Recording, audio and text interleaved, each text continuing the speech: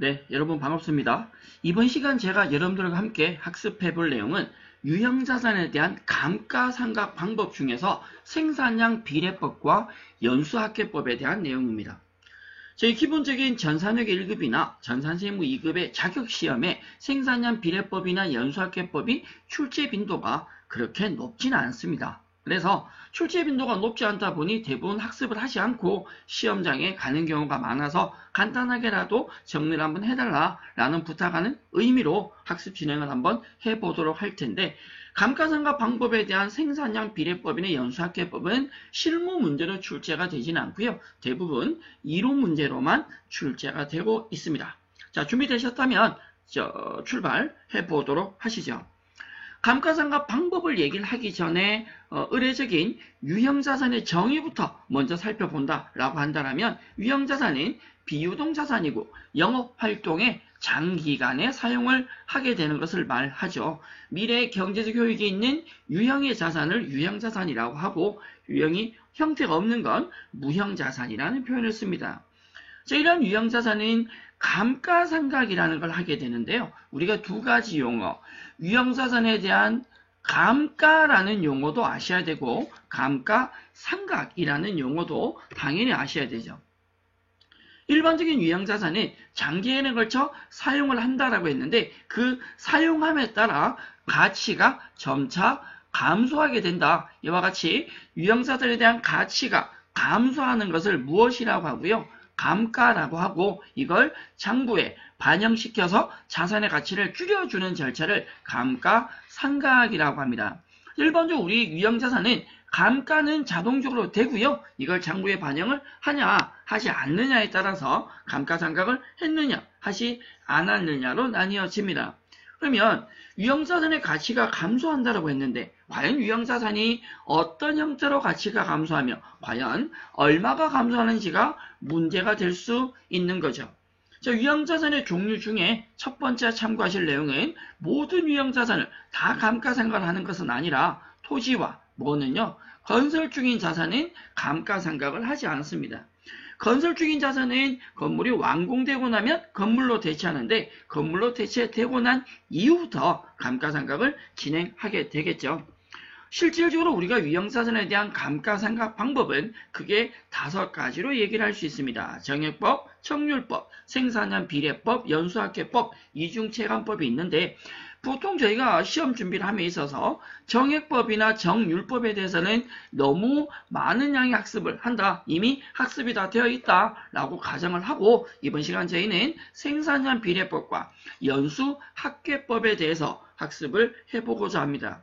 자, 마지막 나오는 이중체감법은 현재 잘 쓰진 않는 방법이긴 한데, 간단한 특징 정도만 정리해 드리도록 할 거고요. 애초 얘기 드린 대로 이번 시간 저희는 생산량 비례법과 연수학계법에 대해서 관심을 한번 가져보도록 하겠습니다. 어떤 방법으로 감가상각을 하건 유형자산의 가치가 줄어든다면, 우리는 12월 31일 결산을 할 때 차변의 감가상각비라는 비용을 놓고 대변의 감가상각 누계액으로 자산의 가치를 줄여주게 되죠. 회계처리는 직접법이 아니라 간접법이라, 유형자산은 감가상각 누계액이라는 개정을 통해서 자산의 가치를 간접적으로 줄이고요. 무형자산의 경우는 직접적으로 자산의 가치를 영업권이 되건 개발비가 되건 직접적으로 줄여주게 되죠. 그렇다면 저희가 실질적인 감가상각 방법 정리를 한번 해보도록 하시죠. 자, 먼저 정액법인데요. 정액법은 직선법이라고도 하고, 매 결산 시에 정해진 금액 균등하게 상각을 하는 방법입니다.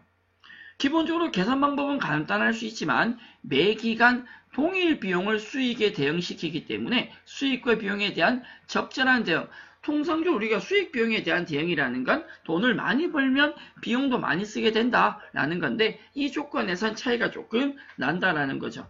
우리가 알고 있다시피 정액법은 취득원가 마이너스 잔존가액, 감가상각 대상액이고, 감가상각에 대한 3요소라고도 얘기하는 3가지를 이용하죠. 취득원가에서 잔존가액을 뺏는 감가상각 대상액에 뭘 나누어서, 내용연수를 나누어서 매년 동일한 금액으로 상각을 합니다. 정액법과 같이 가는 게 정률법이다. 정률법은 미삼각 잔액에 일정한 상각률을 곱하시죠. 미삼각 잔액 곱하기 정률로 계산을 합니다. 정액법이나 정률법은 계산에 대한 얘기는 언급을 하지 않을 거고 기본 특징만 간단히 정리를 해드렸고요. 다만 우리가 하나 챙겨서 갈 내용은요. 내용 연수가 존재할 때 감가상각에 대한 금액을 정액법과 정률법을 비교를 한번 해본다면 정액법은 어떻게 항상 동일한 금액으로 상각을 하죠. 반면에 정률법은 초기에는 금액이 많고요. 뒤로 가면 갈수록 어떻게 금액이 작아집니다. 그래서 초기 연도 금액만 비교하면 정액보단 누구의 금액이 훨씬 더 크다? 정률의 금액이 훨씬 더 크다라고 얘기를 할 수 있습니다. 자, 앞에 설명을 드렸지만 저희가 이번 시간 학습할 내용은 생산량 비례법과 연수학계법이기 때문에 정액법이나 정률법은 이 정도까지만 정리하고 넘어가겠습니다. 자, 생산량 비례법 한번 보시죠. 저희가 회계 원리라는 과목을 학습을 하시면서 생산량 비례법이 이런 게 있다 정도만 보시고 계산에 대해서는 학습을 안 하셨을 수도 있습니다. 자, 일반적인 감가상각 방법 중에 생산량 비례법이라고 하는 건 가장 큰 특징이 내용 연수를 고려하지 않습니다. 내용 연수 상관없이 예정 생산 예정량을 기준으로 감가상각을 한다라고 생각하면 되는데 산림이나 석탄 같은 천연자원 같은 감모성 자산의 적절한 방법입니다. 생산한 만큼 생산량만큼 감가상각을 한다라는 건데요. 생산한 만큼 감가상각이 돼 생산한 만큼 수익이 잡히고 그에 비례해서 감가상각 비용 인식을 하니까 수익 비용의 대응이 대체적으로 적절하다라고 얘기를 할 수 있습니다. 이러한 생산량 비례법에 대한 계산 공식을 보시면요. 취득원가 마이너스 잔존가액, 취득원가에서 잔존가액을 빼면 감가상각 대상액이죠. 이것을 예정 총생산량분의 실제 생산량으로 갑니다. 우리가 취득원가에서 잔존가액을 빼고 내용연수를 나누면 정액법이다라고 얘기를 했는데 생산량 비례법은 예정 생산량분의 실제 생산량이다. 자, 예를 들어서 기계장치 취득원가가 100만원이다. 우리는 100만원의 기계를 샀고요. 이 기계를 10,000개 생산할 수 있습니다. 자, 100만원짜리 기계가 제품을 10,000개를 생산하면 이 기계는 버려야 돼. 사용을 못한다는 거죠. 근데 그 중에서 지금 몇 개를 3,500개를 생산했다라고 할 때 감가상각을 한번 해보신다면 기계에 대한 취득원가는 얼마이시다? 100만원이다. 마이너스 잔존가액은 없으니까 0으로 보겠습니다.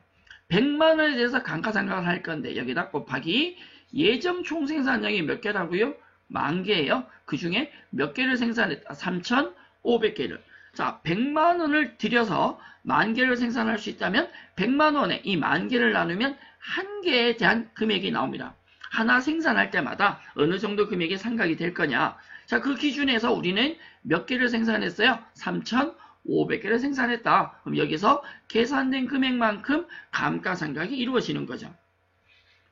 100만원의 돈으로 10,000개를 만들 수 있는데 그 10,000개 중에 5,000개를 절반을 만들었다면 가치가 절반으로 줄어든다 라고 생각하면 이해가 쉬울 것 같습니다. 방금 설명드렸듯이 생산량 비례법은 생산량에 비례해서 감소한다. 이 부분 예정 총생산량 분의 실제 생산량이란 이 부분만 좀 관심을 가지면 내용은 어려운 것이 아니다 라고 설명을 드릴 수 있네요. 자, 생산량 비례법에 이어서 살펴보실 내용은 연수학계법입니다. 이 연수학계는 내용연수의 합을 얘기하고요. 총 내용연수에 의한 잔존연수에 대한 비율, 자, 총 내용연수에 대한 잔존연수의 비율에 의해서 상각을 한다. 사실은 연수학계법은 정액법과 상당히 비슷한데 내용연수가 두 가지가 들어갑니다. 취득원가 마이너스 잔존가의 감가상각 대상 금액을 내용연수 합분의 잔존연수로 올리는데요. 자, 예를 들어 건물의 취득원가가 1,000만원이다. 잔존가액 100만원이다. 내용연수 10년이다. 예컨대 취득원가가 1,000만원이고 잔존가액이 100만원이라고 한다면 감가상각 대상 금액이 900만원이죠. 이걸 내용연수 10년으로 그냥 나누면 그건 정액법이다. 우리는 연수학계법이라는 것, 이 감가상각 대상 금액 900만원을 내용연수합 10년이라면 10, 9, 8, 7, 6, 5, 4, 3이 1까지 합을 다 더합니다. 즉 다시 얘기해서 10부터 1까지 합을 다 더한다. 55 나옵니다. 1부터 10까지 합을 다 더하시고 잔연연수 합을 올릴 건데 1차 연도라면 얼마를 올리냐? 10을 올립니다. 55분의 10을 계산하면 1차 연도 금액이 되고요. 2차 연도를 계산할 때는 10이 아니라 당연히 얼마를? 9를 올려야죠. 잔존연수라고 했습니다. 이 연수합계법은 내용연수 합분의 잔존연수로 가기 때문에 감가상각 대상액이 초기보다 내용세 초기보다 뒤로 갈수록 점점 정율법만큼 뒤로 갈수록 점점 금액이 작아진다라는 특징을 가지고 있습니다. 실무적으로는 정액법이나 정율법이라는 두 가지 방법을 거의 이용한다라고 보시면 되고요. 생산량 비례법이나 연수합계법은 기본 특징으로 정리가 된다라고 생각하면 되는데 앞에도 설명드렸지만 감가상각에서 조금 챙겨야 될 건 정율법이 있고 정액법의 기본적인 방법이 있을 때 초기 감가상각액은 정율보다 정액보다 누가 더 크다? 정율이 더 크다라고 얘기를 했었고요. 제가 정액법이나 정율법은 평소에 많이 학습을 했고 이 시간 생산량 비례법이나 연수합계법을 살펴본다라고 했는데 자 마지막에 보면 이중체감법이라고 나오네요. 이중체감법은요. 가속상각법이라고도 하는데 사실은 이중체감법은 거의 쓰지 않는 내용이긴 합니다. 초기에 감가상각을 엄청 많이 계산을 하는데요. 예를 들어서 이중체감법은 정액법을 씁니다. 정액법을 써서 예를 들어서 1000만원의 자산을 10년을 나눈다. 10년도 한다면 100만원인데 그냥 100만원만 인식하면 이게 정액법이지만 이중체감법은 1차 연도에 이 금액에 대해서 곱하기 2를 합니다. 원래 계산된 금액의 2배를 차감한다라고 생각하면 됩니다. 여기까지만 체크를 해놓을게요. 그래서 이중체감법은 초기에 금액이 다른 방법에 비해서 굉장히 많다, 굉장히 크다라고 생각해 주시면 되겠습니다. 우리가 시험 치러 갔는데 이중체감법에 대해서 깊이 있게 시험에 나왔다. 어떡할 거예요? 네. 어떡하기는 찍어야지. 네. 아니면 이중체감법도 설명해달라고 저한테 강력하게 요청을 하십시오. 네. 이번 시간 목표는 생산량 비례법과 연수합계법입니다. 자, 기본적인 생산량 비례법, 연수합계법, 계산 방법 설명드렸으니까 공식 익히시고 계산은 정리해 주시면 좋겠습니다. 자, 관련된 예제 문제 보신다면 전산액 1급 104회 1호 문제고요. 기말재고사산에 대한 단가 결정 방법이 아닌 것을 물었고요. 보면 3번에 연수합계법. 연수합계법은 단가가 아니라 뭐에 대한 감가상각 계산 방법이죠. 사실 이 문제는 이 문제 답도 중요하지만 문제 답보다 여러분들한테 하나 더 부탁드릴 게 있습니다. 재고자산 관리 방법에 그게 두 가지가 단가를 계산하는 방법이 있고 수량을 관리하는 방법이 있습니다. 재고자산의 단가를 관리하는 방법은 지금 나와 있는 선입선출, 후입선출, 그리고 평균법. 여기에는 총평균, 이동평균 포함하고요. 마지막 개별법이죠. 이 개별법이 사실은 단가 결정에서는 수익비용 대응 원칙이 제일 정확한 거. 사실은 개별법은 잘 쓰지는 못하죠. 모든 상품마다 제품마다 개별적으로 장부 관리를 해야 되기 때문에 그래서 보편적으로는 선입선출, 후입선출, 평균법 이런 방법을 통해서 단가를 결정한다면 재고자산의 수량을 결정하는 방법은 계속기록법이라는 것이 있고 실지재고조사법이라는 것이 있습니다.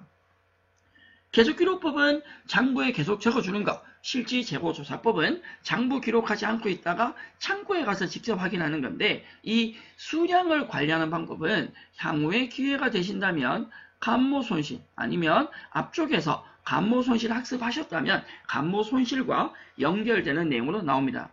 저희 지금 전산액 1급 104회 기출 1호 문제는 기말재고자산의 단가 결정이 아닌 걸 물어서 감가상각 방법을 넣어 놓았지만 이 자리에 계속기록법이나 실지재고조사법이 들어갈 수도 있다. 단가와 수량 관리하는 방법이 다르다라는 걸 미리 설명을 드리고 다음 문제로 넘어가겠습니다. 두 번째 문제는 전산액 1급 101회 특별회차 시험 문제입니다. 다음은 유형자산의 감가상각에 대한 설명이다. 유형자산 상각 방법에는 이런 것들이 있답니다. 그렇겠죠. 네. 그런데 이 네모의 방법은 기억은 자산의 예상 조업도, 즉 예정 생산량에 근거해서 감가상각 인식을 한다. 우리가 감가상각의 다양한 방법에 있어서 생산량으로 감가상각을 인식하는 건 생산량 비례법이죠. 문제 답은 4번입니다. 자, 어려운 내용은 아니신 것 같고요. 회계 1급 기출 100회 1호 문제입니다. 다음은 기계장치 감가상각 관련 자료이다. 무슨 법에 의해서요? 연수학계법에서 몇 차년도? 1차년도. 사실은 연수학계법은 정액법과 달리 몇 차년도냐에 따라서 금액이 달라질 수는 있죠. 자, 취득원가가 얼마이시고요? 6천만 원이시고 마이너스 잔존과액. 잔존과액은 취득원가의 몇 프로? 10%, 600만 원이죠. 그러면 5,400만 원에 대한 감가상각을 하는데 곱하기 5,400을 내용연수로 나누면 정액법이다. 지금은 연수학계법이니까 내용연수 3, 2, 1에 합을 다 더한 6에서 1차 년도는 얼마나 올려요? 3을 올립니다. 여기서 계산된 금액이 답이 되겠죠. 답을 확인해 주시면 되고요. 자, 우리 문제에서 하나 체크하고 넘어갈 건 취득원가가 6천만 원일 때 올해 1월 1일에 취득했으니까 전체 금액이 답이 되지만 실질적으로 우리가 여기서 계산해서 나온 이 금액은 1년분입니다. 만약에 여기에서 이 자산을, 이 기계장치를 7월 1일에 취득했다면 이 금액의 1년분 금액 곱하기 12분의 얼마를요? 6을 하셔야죠. 왜? 7월부터 12월까지 6개월분만 상각을 인식을 하셔야 됩니다. 그래서 유형자산에 대한 감가상각 계산할 때는 반드시 취득 원가도 확인을 해 주셔야 하십니다. 연수학계법에 의한 회계 1급 기출 문제까지 확인해 드렸고요. 마지막 문제입니다. 세무 2급 94회 기출 1호 문제인데요. 다음 유형자산의 감가상각 방법에 대한 설명, 틀린 것을 물었습니다. 1번, 정액법은 매년 어떠한 금액을, 동일한 금액을 정해진 만큼 감소하는 것이죠. 동그라미 맞는 말이고요. 2번, 가속상각법, 이중체감법이죠. 가속상각법의 이중체감법은 초기에 감가상각비를 굉장히 많이 계산을 합니다. 정액법을 계산해서 2배를 인식할 거니까. 세 번째, 생산량 비례법은 생산량에 비례해서 가치가 감소한다. 맞는 말이죠. 4번, 초기 상각비를 정율법과 누굴 비교할 때? 정액법을 비교할 때 정액법보다 누가 더 크다? 정율법이 더 크다라고 했습니다. 문제 3번, 잘못된 것, 틀린 거 물었죠? 문제 4번, 당연히 4번입니다. 저희가 이번 시간 유형자산에 대한 기본 특징과 함께 감가상각 방법 중에서 생산량 비례법과 연수 학계법에 대해서 정리를 해보았습니다. 기본적인 내용은 정리를 해주시고 추가적인 질문사항들은 언제든지 아래 카페나 연락처로 주시면 답변 드리도록 하겠습니다. 시험일까지 열공 부탁드리고요. 포기하지 말고 끝까지 하는 걸로. 네, 고생하셨고요. 저는 다음 시간 다른 내용으로 다시 인사드리겠습니다. 여러분 수고하셨습니다.